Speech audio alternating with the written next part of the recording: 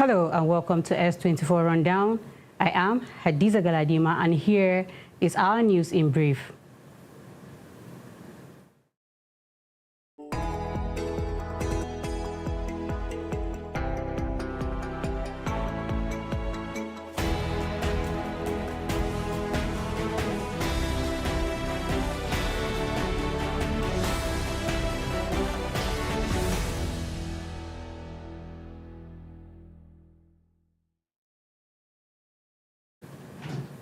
Starting with, the presidency has strongly rejected a viral online report alleging that President Bola introduced a sweeping constitutional amendment bill codenamed Project True Federation.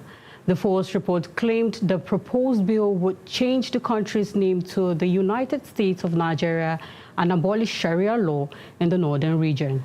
Presidential spokesperson Bayo Onanuga categorically dismissed the claims, labeling them as a deliberate smear campaign by desperate political actors designed to overheat the polity and stir public unrest. The administration emphasized that changing the constitution is a thorough, highly structured legislative process that cannot simply be enacted at a whim of the president. Altering these frameworks requires a two-thirds majority vote in both chambers of the National Assembly alongside a formal concurrence of at least 24 state houses of assembly.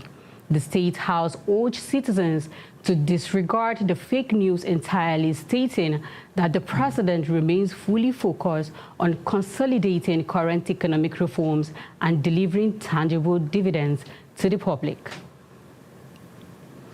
And the Independent National Electoral Commission, INEC, has firmly closed the window for political parties to submit updated membership registers, putting teeth into the newly enacted legal provision of the country's electoral framework. This development follows the official signing of the amended Electoral Act into law, which significantly tightens internal party administration and aims to curb the chaotic political culture of sudden cross-carpeting. By strictly enforcing these deadlines, the Commission is drawing a hard line against arbitrary last-minute party switches just before crucial campaign seasons. Under the updated regulations, the closure of the membership transfer window means politicians can no longer defect to a rival platform and legally run for elective office under that new banner for the upcoming cycle. This reform is designed to stabilize party structures, prevent fractional manipulations, and ensure a more transparent process for the electorate. INEC has made it clear that adherence to these digitalized registration timelines is non-negotiable, forcing political actors to maintain discipline within their chosen party organizations. And over to health. Health authorities are sounding an urgent alarm following the release of the World Health Organization's Global Hepatitis Report, which faces Nigeria among the top 10 countries driving nearly 70% of global hepatitis B fatalities. Despite measurable advancement in medical science, viral hepatitis B and C remain a silent epidemic across the country, silently destroying liver health and leading to fatal conditions like cirrhosis and liver cancer. Alarming, local data from the Federal Ministry of Health indicates that over 20 million Nigerians are currently affected and more than 90% remaining undiagnosed and unknowingly spreading the virus. A critical vulnerability highlighted in the report is the dismal 17% hepatitis B birth dose vaccination rates among newborns within the African region. Public health analysts and media practitioners are calling for immediate coordinated government interventions to fix these gaping holes in a routine immunization coverage and public awareness. Still on health, the World Health Organization, alongside the African Centers for Disease Control and Prevention, has convened an emergency scientific consultation in Geneva to address accelerating viral outbreaks across several continents.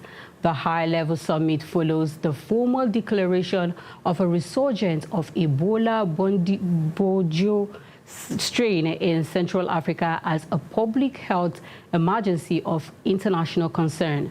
Simultaneously, health officials are responding to a complex cluster of maritime-linked hantavirus cases that have triggered coordinated cross-border contact tracing, infection control protocols, and rapid repatriation efforts across multiple international shipping corridors.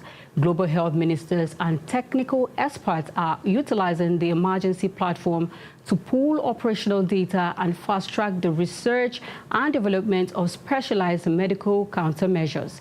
The 79th World Health Assembly emphasized that these overlapping public health threats expose deep vulnerabilities in routine primary health care system, particularly in underserved regions. Now, moving on to business news with Karimat Hassan. Hello, Karimat. Thank you and welcome to Business Update on S24 Rundown. I am Karimat Hassan and here is your business updates for today. Here is what's happening in the economic landscape of Nigeria and the globe. There are growing reports of possible major movements in Nigeria's energy sector as attention turns to the Port Harcourt and Warri refineries. According to industry speculation, Chinese investors are exploring possibility of acquiring a 51% stake in both refineries. While no official confirmation has been made, the development has already sparked widespread discussion across the oil and gas industry. If such a deal goes through, it could mark a significant shift in Nigeria's downstream petroleum sector, especially as the country continues to revive its refinery and reduce dependency on imported fuel. Moving to the financial markets, the Nigerian exchange continues to show strong investor momentum supported by sustained buying interest across key sectors. The all-share index has maintained a positive trend with banking, consumer goods, and industrial stock leading gains. Market sentiment remains largely optimistic as investors respond to improving earnings expectations from major listed companies. Analysts note that the rally is being supported by attractive valuation and renewed confidence in the market's medium-term outlook. Although some profit-taking has been recorded, overall momentum remains firm as investors position ahead of upcoming corporate earnings announcements. In global developments, the United Nations has issued a warning about rising global food insecurity driven by climate shocks. The report has highlighted the extreme weather events such as droughts and flooding are increasingly disrupting agricultural production worldwide. The UN warns that millions more people could be pushed into hunger if urgent climate adaptation funding is not expanded. The situation is particularly severe in parts of Africa and Asia, where vulnerable communities are already struggling with rising food prices and declining crop yields. The organization is calling for stronger global cooperation to stabilize food system and prevent a deeper humanitarian crisis. At the same time, global markets are experiencing upward pressure as prices rise amid concerns over supply risk in the Middle East. Traders are closely monitoring tensions around key shipping routes, including Strait of Hormuz, which is critically for global crude exports. The uncertainty has added volatility to energy markets, with analysts warning that disruption supply could further increase oil prices. This in turn raises concern about inflation and higher costs for transportation and production across global economics. And that brings us to the end of today's business news and global updates. Stay tuned for development as market continues to respond to economic and geopolitical changes. Up next is our newspaper review after the break. Do stay with us.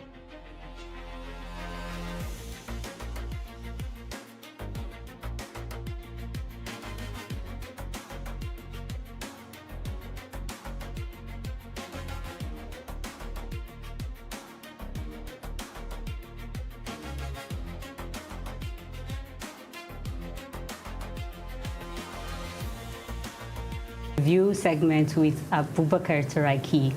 Abubakar, how are you, sir? Fine. How are you feeling today? Happy Friday. Same to you. Hope you're good. Yes, I'm fine. Well, in our newspaper review, we begin with our first paper, which is coming from Daily Trust, and in their front page, it says 2027, court opens door for defection. Okay. As political realignment continues ahead of the 2027 general elections, a recent court ruling is generating a fresh debate over party loyalty and Nigeria's democratic stability. And the judgment has been interpreted by many as opening doors for easier political defections and also raising concerns about ideology, accountability, and future of party politics in this country. Okay, let's have your take first before I throw my first question. Courts open doors for defections. Well, looking at it, based on the Electoral Act that was being mounted by the INEC, it is expected that all the party to finish their own primaries, do whatever they want to do before the deadline that was given to INEC based on the Electoral Act 2026. Subsequently, yesterday, in a broad daylight, we just saw another verdict from the courts. Saying that they have nullified that statement made by the INEC, which to many Nigerians is a welcome development, as long as there is no any political reason behind that, or maybe there are certain people that were affected on the process. That is why the politicians rushed to court. They ran to court. They were behind the scene. Maybe that is the reason why the court gave this verdict. But if truly what that court said yesterday, it was based on Nigeria for us to have more transparency, more people accommodating into the political system, I think it's a welcome development. Because politics is all about accountability, transparency, and accommodating the yearning and aspirations of people. But if to say that they are just doing that just to at least favor certain among people that were aggrieved, because we saw the ruling party what actually transpired, especially in their House of Representative primaries, the Senate, and even yesterday the governor's primaries was conducted, and we felt, and some people felt that they are not okay with the irregularities. We have seen how numbers were skyrocketed, even though this time around vote buying was not that too obvious and rampant. So yesterday we saw the court verdict. I think is a welcome development to our democratic system, which I believe Nigerians are going to use it in a very, very positive manner, so that we can at least continue to enjoy the dividend of democracy. And to me, democracy is the best system of government. A government that can at least listen to your yearnings and aspiration, I think that's the best system of government. So does this ruling strengthen democratic freedom or encourage political opportunism? If you are to be honest, looking at from the positive angle, yes, it is going to strengthen our democratic process, because there may be people that are competent enough to vie for the seat and to represent their people based on coronation arrangement. They were set out. So now you see it's an avenue for them to go to another political party if they really want to at least serve their own people.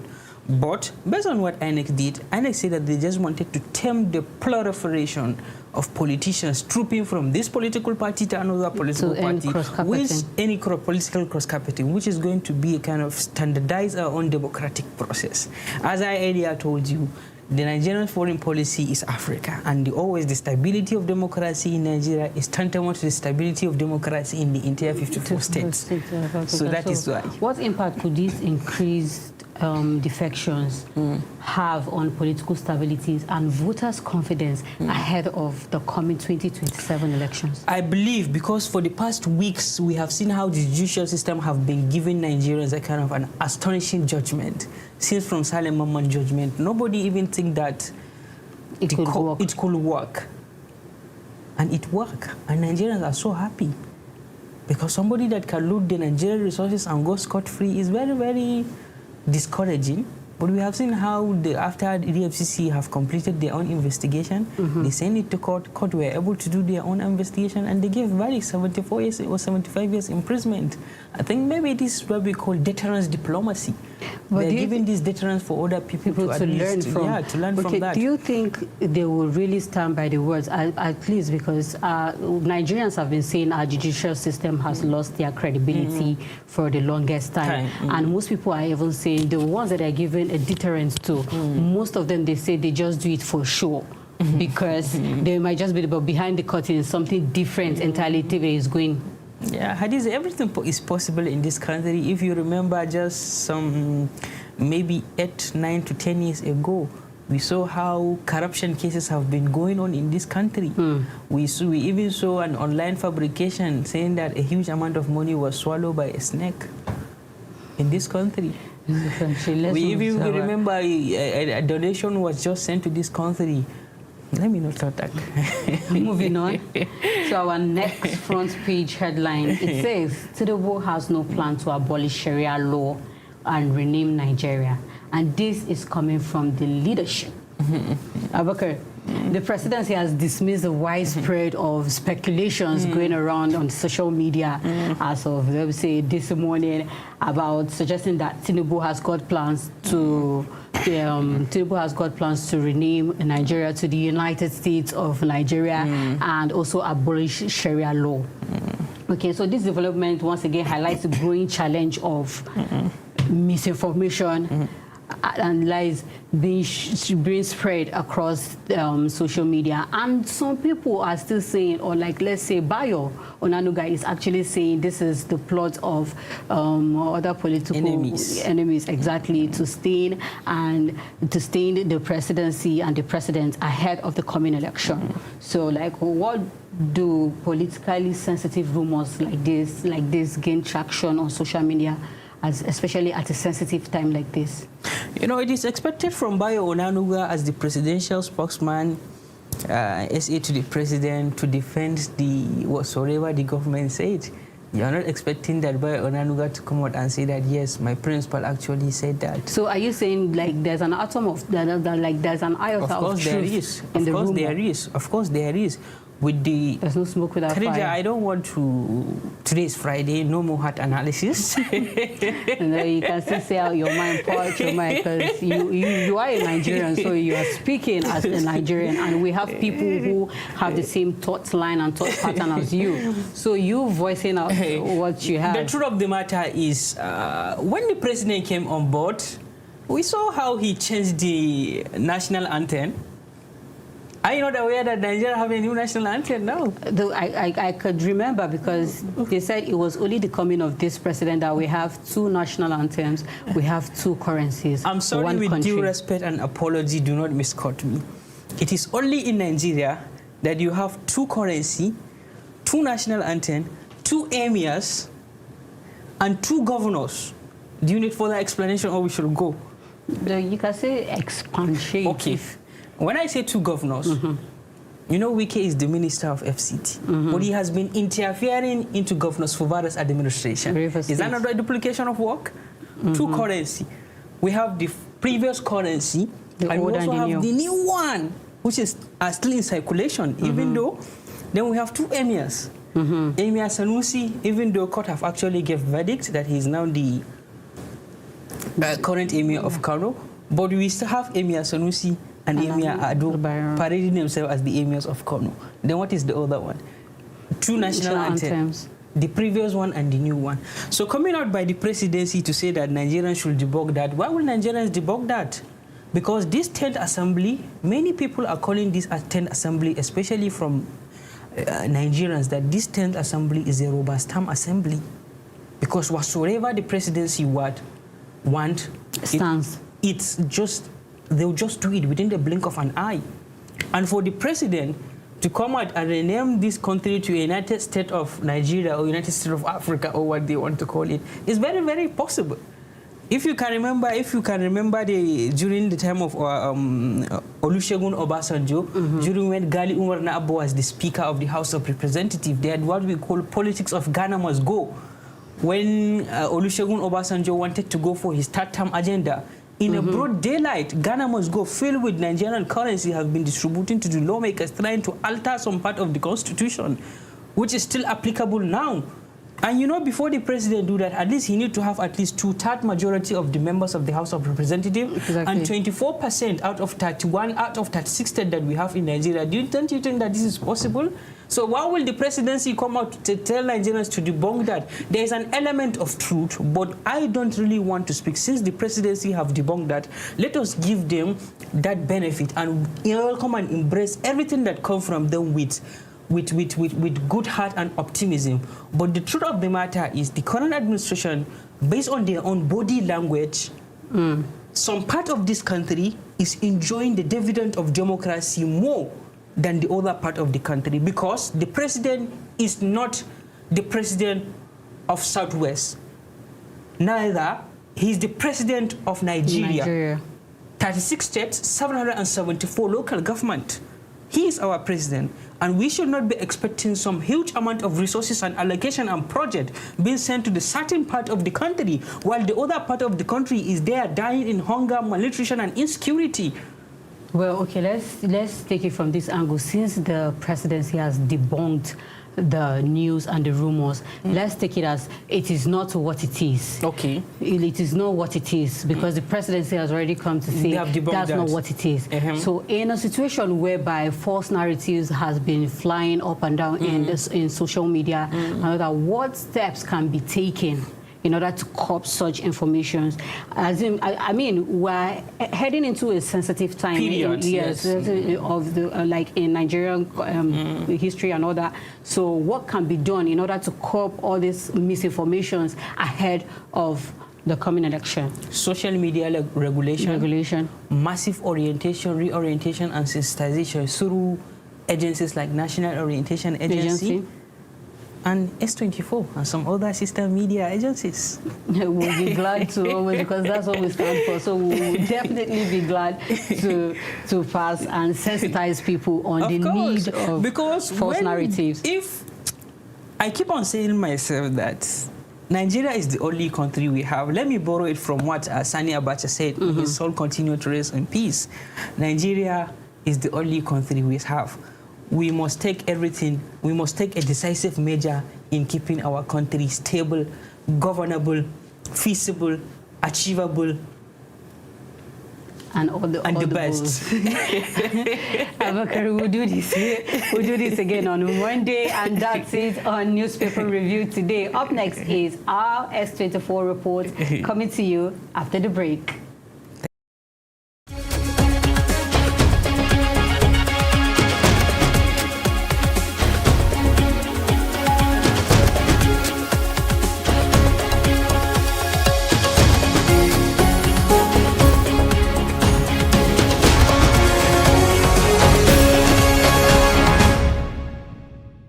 Nigeria's battle against terrorism, insurgency, and other violent crimes has continued to pose serious security concerns across different parts of the country, from terrorism and armed banditry in the north to kidnapping and separatist agitations in the south.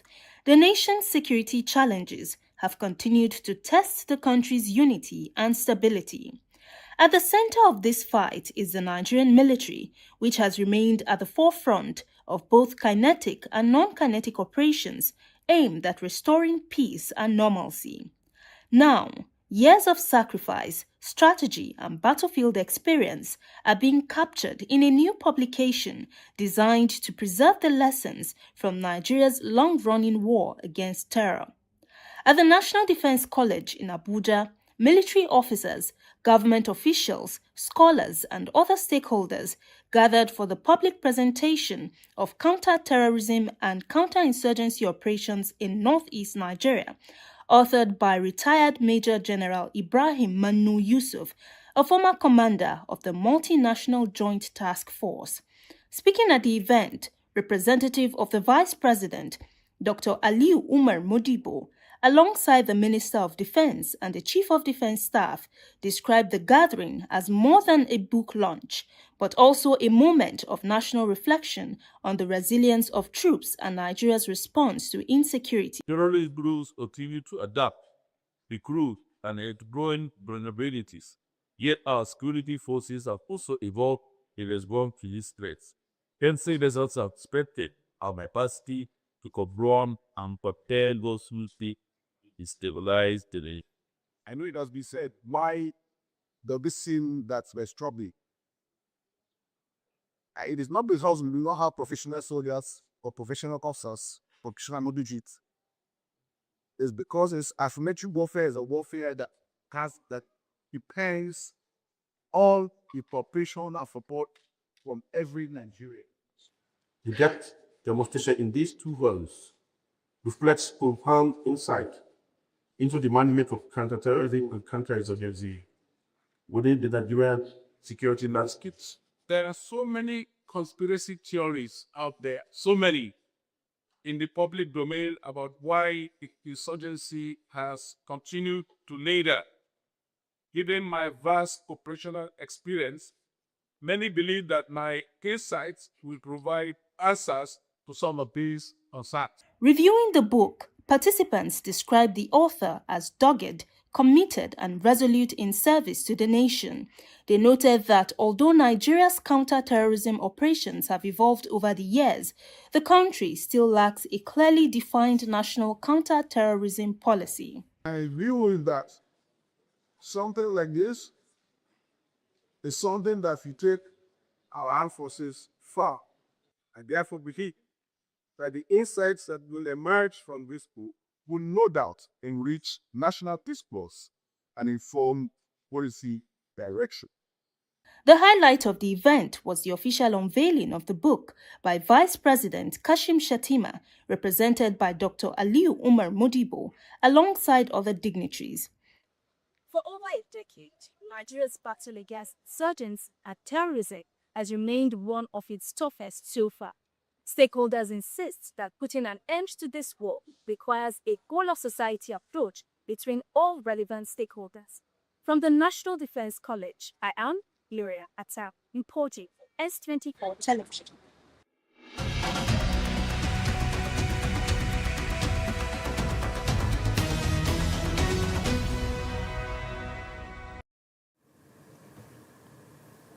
Welcome back from that break, and this is Political Arena on S24 Television. I am your host, Abubakar Traki. As Nigerians prepare ahead of 2027 general elections, students have an important role to play in promoting peaceful, free, fair, credible, and acceptable election across Nigeria. Nigerian students are known for their energy, ideas, and strong voice in society. Through voter education, awareness campaign, and active participation in democratic process, students can help to strengthen democracy and encourage leadership in the country. This afternoon, I am joined by my guest, Smithan Matsudi, who doubled as the Senate President from the National Film Institute of Nigeria, which is affiliated to University of Jos. Smithan, welcome to Political Arena on S24 Television. Thank you, Abubakar. Thank you for having me here today with you. As a student leader, yes, what is your take on 2027 general elections? 2027 general election is going to be tough. You can see with the likes of APC, ADC, and NDC. You know this coming election is going to be tough. It's going to be tougher than the one of 2023 and even the one of 2015 with Goodluck and Buhari. It's going to be tough. This election is going to be tough. It's a very tough election coming. You can see it from the move, the strategy they are going about. You get? So this coming election is going to be tough. Okay, as a student leader, what are you doing from your own part to ensure this election come free, fair, credible, acceptable across Nigeria? You know, the truth is, free and fair election in a country like Nigeria, the youths, which are basically most of the youths are students right now, they are the ones that will have to, take it. It's not something that we'll just go for. It's something that they have to take. The top class, the people ruling today, they will not just bow down for... Why do you think they don't let their children to school here in Nigeria? They take them out. Maybe they don't trust the educational system. They don't trust the system that trained them. Is that what you are telling me? Most of these people, during their time, they had free education. You get? During their time, they had free education. They enjoyed more than what we are enjoying now. You want to talk about the likes of the universities we used to have? Universities now are losing their credibility. What do you mean by that? In the days before, go back to the early 2000, 2006, 2008. With your degree, you get a good job. When people start acquiring degrees so much, they said you need to have skills. People are acquiring skills. Now the table has turned. You need capital to start. So when the youth start going into politics, which is small percent of them, what do you think they do? They change the pattern. Now you need huge amount of money to run for a common position. But you have mention of degrees. The youth of nowadays, especially students, they are basically after the certificate instead of their knowledge to equip themselves and come to the political arena for them to participate. How many people have the knowledge out there but are doing nothing today? Well, are you now advocating that students should abandon the degrees and just venture into skills only? No. With the skills today, Seth, you still have no job. But job is all boiled down to, you may be self-employed. You can be self-employed in a system that works. Not in a system like Nigerian system. In days back, with your 100,000, 200,000, you'll be able to start a little business. But today you can't. You seems to be blaming the entire system, not forgetting that things have changed. Things have changed. In what essence? In all ramifications. In all ramifications of life. Why didn't they change the system that will make the youth benefit a little? Look, Nigerians are not lazy people, more especially Nigerian youths. 80% of people in school today, universities, they train themselves in school. So are you trying to tell me those people are lazy? If they are lazy, they won't be in school. They train themselves because the system failed their parents. Not because their parents want them to train themselves in school. The system failed their parents. Smith, and you are going against the system. You are calling the system a failed system. Yes. And now you are under a roof. You are enjoying at least a basic minimum of security. Don't you think that these words are harsh the way you are using them? No. What security? We don't enjoy security. Is it because we are in Abuja? People in places like Jos, Taraba, some part of Nigeria, most especially places like Borno, do you think they are happy? They are not. You can die at any time. We know nobody knows the day that he will die. You get? But tell me, will you be happy or will you have peace of mind if you just believe maybe a straight bullet can come out of nowhere, a bomb blast or what? Okay, we are still talking on students, how they can ensure credible elections in Nigeria. It is obvious, vote buying in Nigerian politics, we can't do without it. So what can students do in order to prevent vote buying? Vote buying in Nigeria, the only way you can prevent it is collect the money. Vote for the right candidate. And now you are calling for the system. The system has decayed, and now you are also inducing students to collect the money. Can you elaborate more on that aspect? I will elaborate more in that aspect in this sense. When you don't collect the money, the money they are giving you for vote buying, where do you think the money come from? It came from, I don't know. It's investment. It's like buying stock in a company when it's cheap, then you sell it when it's high.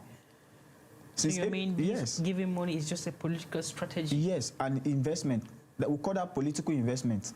You want to know Politics is all about service. It's not service anymore. It's before. Now you scratch my back, I scratch your back. Okay, you mean there's a romance that is going on between politicians and those that are going to elect them? Yes. Before, I can remember there was time when El-Rufai said Atiku should keep money for Chapani. Money kept aside in order to do certain things at house. Yes, at house. He said it in his word. He said Atiku should keep money for Chapani. Today he's the one fighting APC. As a student leader, we have seen some irregularities, especially when elections are being conducted at the university level. Yeah. We went to university, we know how manipulation started from those student unionism, especially when it comes to their election. What advice do you have for them in order to ensure credible election from universities up to the highest level and up to the national level? You know, I would say honesty. Stop trying to manipulate. You want the system to change. The change should start with you. The change begins with you and I. Yes, and I. So if I want to become let's say the president of a university or anything, I don't have to buy you people's votes. You know who you want. Vote the person you want. Okay, now, what challenges do you think that is actually stopping students from participating actively in politics outside the university environment? Because they believe their vote doesn't count. Many believe their vote doesn't count. That's why many people exclude themselves from the politics. And the ones who are ready to go in, the system puts the forms of office in a price that they can't afford. But there are other alternative political parties. We have seen NDC, we have seen ADC, and we have recently, there are new emerging political parties. New emerging political parties. How much is ticket for you to run for, let's say, House of Rep in parties like that? How much? It's quite expensive. We have seen 25 million, 30 million and above. Where do you expect somebody of 23, 24 to have 25 million naira? But there's what we call independent candidacy in places like India and Uganda and some other That's times. India, not Nigeria. In Nigeria, if you want to register your political party, you need structuring, you need to register. All those things take money. Mind you, you buying for that ticket, you are not sure that you are going to win. But you know, you just say that politics is all about business. Yes, and it's business and investment. Business, it's all so about you might lose. You might lose. If you lose, you might win and they will rig the election. It's a common case in Nigeria. There are judiciary that are out there. The court is out there in order to file your own grievances. Mind you, in Nigeria, it's not how good you are. It's how good the people you know are. Hope you know that. Okay, Smith, and due to time, before we call it a day, yeah. What call do you have for Nigerians, especially you as a student leader? What call do you have for your student out there ahead of 2027? To Nigerians that seems to lose hope in the electoral umpire? Wake up. This is a wake-up call. I want them to know that the rich doesn't feel the pain. The rich manipulate the systems. Smith, and these are all allegations. They are not. They are there. They are there. If you sue Dangote today, do you know he owes nothing? All his money, all his property are in trust. But a common man cannot afford to put his property in trust. People like that are smart. They are not above the system, but they engage in the system. I will tell you how. When price of fuel goes high, does the rich people feel it? They don't feel it. They have enough. They can fuel their car. In Abuja, you see convoy every day. One person is fueling that car, paying almost everybody driving that car. Your call to your fellow student out there. My call to my fellow student out there, wake up. You are the leaders of tomorrow. You are the leaders of tomorrow. Wake up today. Fix today for your tomorrow to be better. If the system is not fixed, we are the one that will fix the system. We are the ones with the highest number. Don't stay on TikTok, Facebook, all day saying your vote doesn't count. Your vote counts. That's why the system make you believe that your vote doesn't count, so that you won't come out to vote. I have to cut you here. It's a pleasure speaking to you, and thank you so much for honoring our invitation. Thank you, Abubakar. And that is all what we have on S24 Political Arena. Thank you, and stay tuned for our S24 documentary. Bye for now.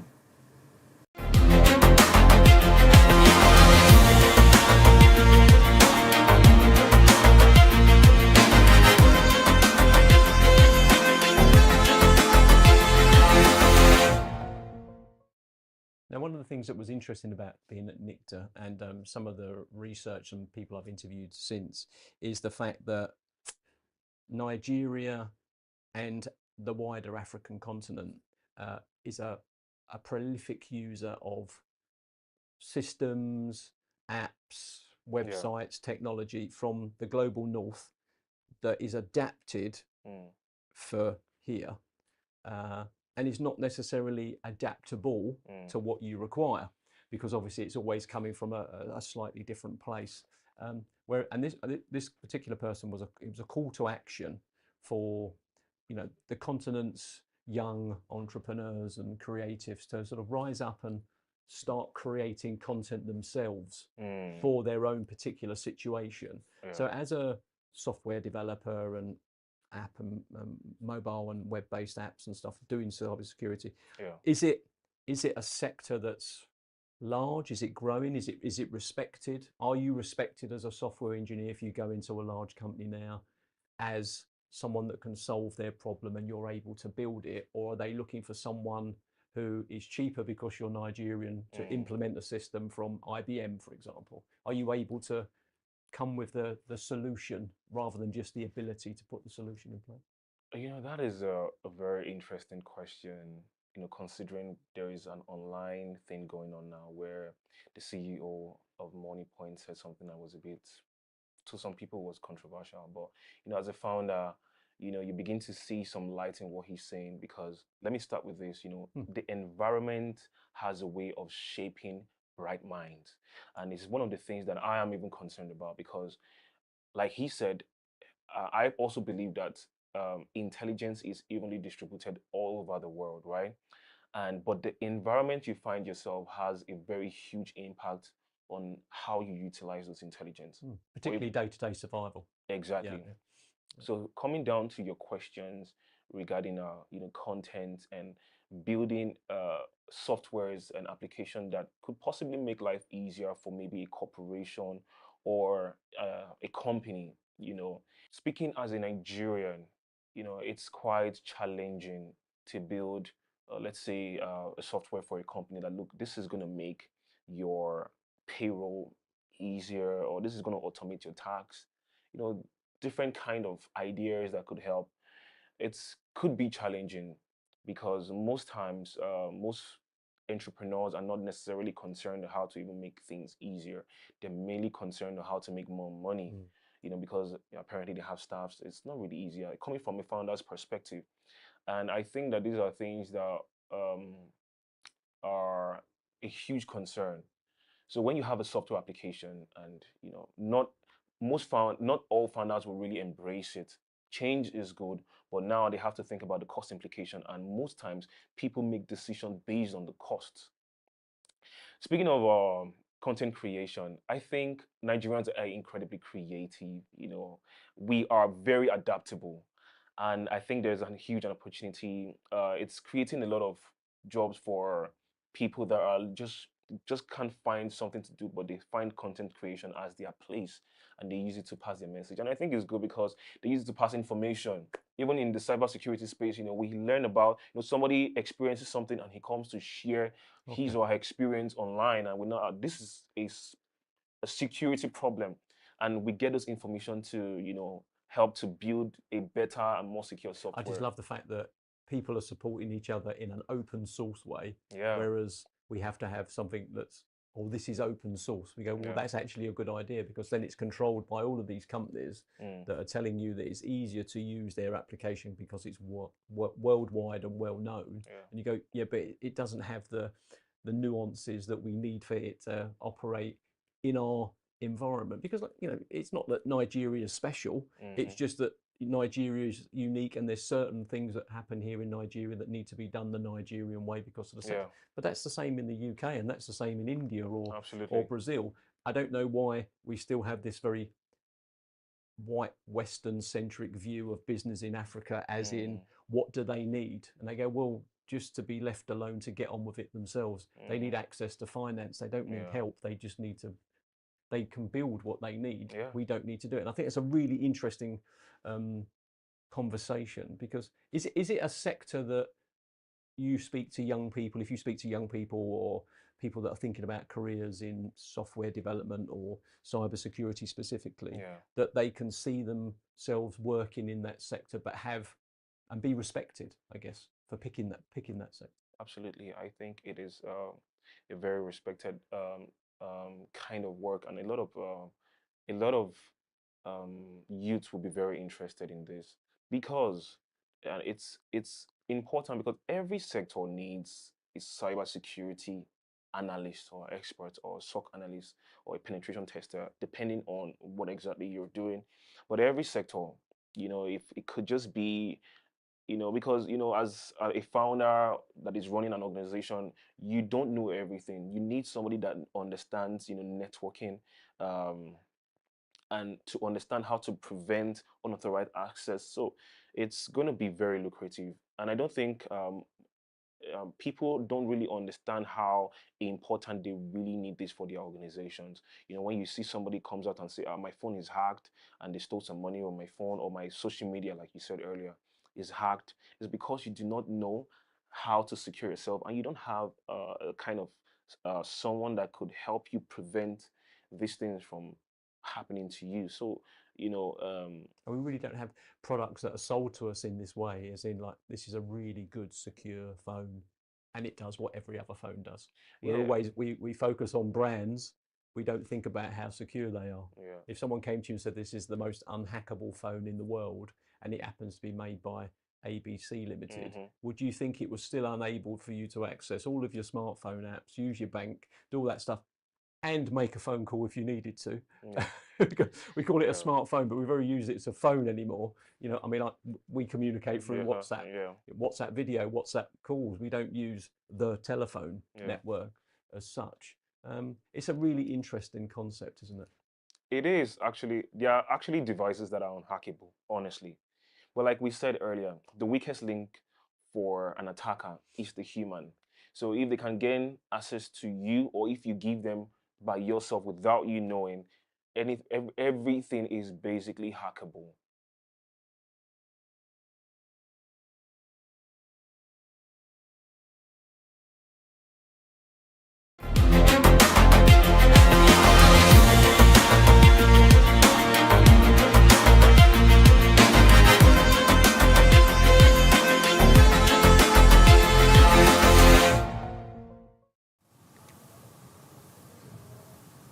Hello and welcome to Tech World Update, where we discuss technology, innovation and digital world. I am Aisha Muhammad. Here's what's shaping ICT from Nigeria to the global stage. We begin in Nigeria as digital transformation agenda is taking another major leap forward, with artificial intelligence now moving directly into public service delivery. The federal government, in partnership with Meta, has officially launched GovGuide Nigeria, an AI-powered chatbot integrated into WhatsApp. The platform is designed to help citizens, especially rural youths, access government services in multiple local languages through simplified digital interaction. And as Nigeria deepens its AI ambitions, new economic projections are highlighting the scale of the opportunities ahead. A recent economic report estimated that broader artificial intelligence adoption could inject up to $22 billion in Nigeria's GDP by the year 2035. In response, the Minister of Communication and Digital Economy confirmed a $2 billion national investment plan to deploy 90,000 kilometers of fiber optic infrastructure across the country. Technology analysts say digital connectivity and AI infrastructure are rapidly becoming strategic economic assets for nations worldwide. Meanwhile, Nigeria's fintech sector is also evolving at high speed. Fintech giant Paystack has announced its first major merchant operations redesign in nearly a decade. The company says the rebuilt dashboard now integrates native AI-driven transaction analysis, operational monitoring, and real-time business insights for merchants. Across Africa, however, concerns are growing over the future of startup innovation funding. New data from Africa, the Big Deal, shows that although African startups raised more than $3.3 billion over the last 12 months, early-stage funding for seed startups is declining sharply. Data experts warn that reduced assets for smaller startup funding rounds could weaken the next generation of African innovators and digital entrepreneurs. At the same time, regional technology experts are raising concerns about the cost of staying connected across African borders. A new policy brief has described high intra-African roaming charges as hidden tax, slowing the growth of the continent's digital economy. Industry stakeholders argued that expensive cross-border mobile connectivity continues to limit trade, digital integration, and regional collaboration within Africa. Now to the global technology landscape, where competition in artificial intelligence hardware continues to intensify. American chip giant NVIDIA says it has effectively conceded China's AI chip market to domestic rival Huawei amid ongoing geopolitical and supply chain tensions. The announcement highlights the growing technological divide between the United States and China as both countries race for dominance in the advanced AI infrastructure. And finally, financial analyst at Goldman Sachs says SpaceX could be preparing for what may become the largest initial public offering in corporate history. Despite significant operational costs, investors' confidence in the companies remains strong due to its dominance in satellite internet, private space exploration, and launch technology. Experts say the potential IPO could redefine global investment interest in the commercial space industry. And that wraps up this week's edition of Tech World Updates. From artificial intelligence to digital innovation, cybersecurity, and the technologies shaping our future. Thank you for staying connected with us all week long. Enjoy your weekend and keep your eyes on the future. But do stay with us, as up next is Entertainment Update with Martha Opalanedu. Thank you and bye for now.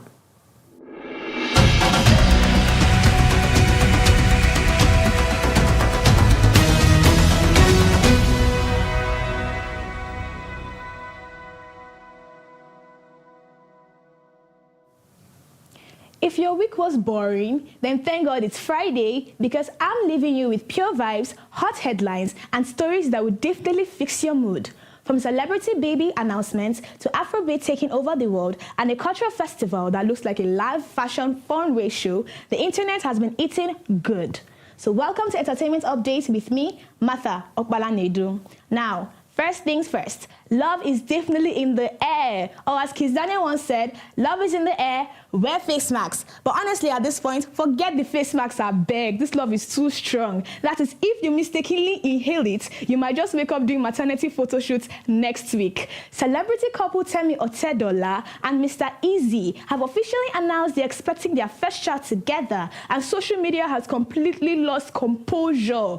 The maternity review was classy, elegant, and dripping with soft luxury energy. Nigerians online could not stop talking about the chemistry, the fashion, the poses. Everything was just giving rich auntie vibes. Now, from pregnancy reveal to gender reveal, Nollywood sweetheart Inidima Okoje also revealed she's expecting a baby boy. It's raining babies this year, guys. Now, this particular news touched many hearts because the actress had openly spoken about her struggles with fibroids in the past. So seeing her celebrate motherhood now has made fans emotional, happy, and deeply inspired. In a sweet video where she invited plenty people to, hot celebrities to come and witness the announcements. Yeah, that's how it happened. Honestly, somebody should check what celebrities are eating this year, because this baby fever is becoming contagious. But wait, from baby fever to global takeover, Nigeria's Afrobeat superstar Rema has once again carried Nigeria to the world stage as FIFA unveiled Goals, the official anthem for the 2026 World Cup, and uniting K-pop and Latin pop into one powerful global sound. At this point, Afrobeat is no longer introducing itself. It has entered the room, collected awards, and sat comfortably at the table of global music. So finally, let's switch from global music to global culture. Imagine a festival where the men are the ones competing for beauty attention. Ishokiabi sounds funny, but not today. Get a Watch Festival of the Wudabe people, one of Africa's most fascinating cultural celebrations. Mostly celebrated in Niger, the festival is known for cultural outfits, dramatic facial makeup, energetic dancing, and beauty competitions where women choose the most attractive men. Yes, so the power is in the women this time. And trust me, these men did not come to play. They spent hours getting dressed, widening their teeth and eyes, dancing with confidence and showing charisma to impress potential partners. Honestly, if social media existed back then, the Wudabe people would have broken TikTok every weekend. This festival is vibrant, beautiful, and a reminder that African culture remains one of the richest and most fascinating in the world. From celebrity baby joy to FIFA global hits and breathtaking traditions, entertainment this week truly gave us premium content. I am Martha Opalanedu, and that's your entertainment update for today. I hope you all get your well-deserved beauty rest this weekend and make sure to enjoy the rest of your day. Let's head straight into the world of sports with Steven for your latest sport update right after this break.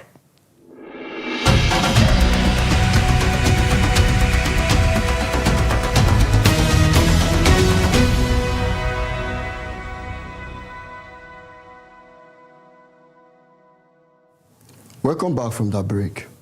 Records are falling, champions are rising, and football legends are still proving they belong at the very top.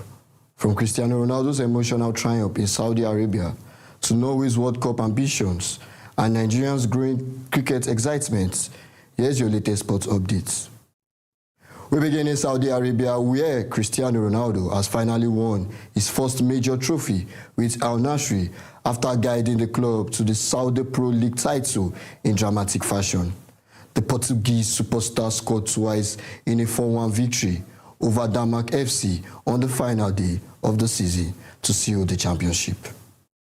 Ronaldo delivered one of his trademark free kicks before adding a powerful late finish to confirm the title as Al Nassr edged rivals Al Hilal by just 2 points. The 41-year-old appeared emotional as the final whistle blew, ending a 5-year wait for a league title since the Sierra triumph with Juventus in 2020. Ronaldo now has the Saudi League crown 2 titles won in England, Spain, and Italy as he prepares for what could be his 6th FIFA World Cup with Portugal national football team. Speaking of the World Cup, Martin Odegaard has finally been named captain of the Norway national football team squad for this summer's tournament. The midfielder will lead an exciting Norway team that also includes goal machine Erling Haaland. Norway's squad's announcement created headline after King Harald V personally reviewed the team in a pre-recorded video. Norway begin their World Cup journey against Iraq national football team before facing the Senegal national football team and France national football team in a difficult group. Back home in Nigeria, with the cricket tournaments, Northern Lions have become the first side to qualify for the playoffs of the Nigerian Super League after a dominant 5-wicket win over Western Dolphins in Lagos. The Northern Lions remain unbeaten in the tournament after winning their first 3 matches. Elijah Jimmy starred with the bats, while Akere Isel impressed with 4 wickets in a commanding all-round performance. The team now looks like serious title contenders in the inaugural edition of the competition. And finally, Club Brugge has been crowned Belgian champions for the 20th time after a dramatic 2-2 draw away at Mechelen. The title marks Brugge's 5th league triumph in 7 years and secures another place in the UEFA Champions League group stage. Despite changing managers midway through the season, Brugge finished strongly thanks to goal-scoring brilliance from 2 star players who both ended the campaign with 16 goals. And that's your sports updates, where legend continues to shine, champions and crowd, and the road to global glory grows even more exciting. Coming up next is PG News.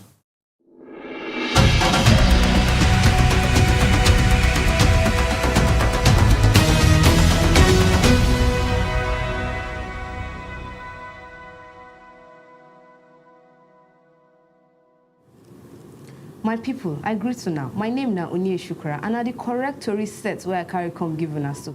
Chook here, download wetin dey happen for Nigeria and the rest of the world. Make we start with big matter for State House in Abuja. The presidency don't come off its talk say make Nigerians not believe one report where they fly up and down for internet. The report they claim say President Tinubu wants sign one new law with them they call Project Through Federation to change the country constitution. Inside the fake report, them talk say the new law will change Nigeria name to United States of Nigeria and say it will stop Sharia law for northern Nigeria.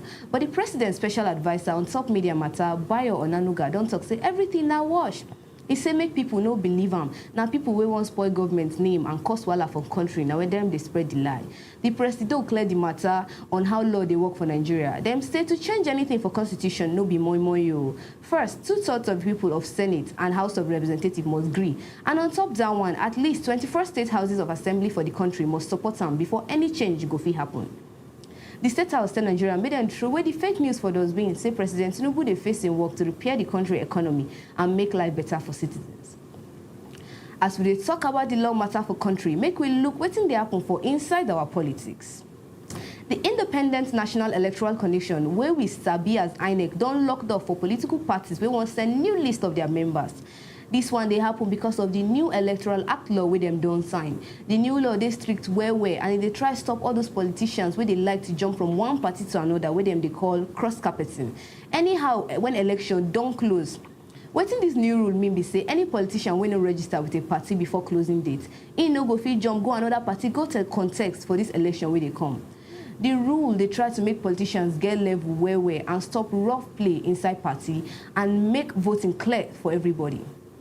INEC talk say the registration na computer level and they no go fit shift the date for anybody. This one go force politicians to sit down for one place, make them follow their party rules. Make we leave politics matter, enter health matter, because health na wealth.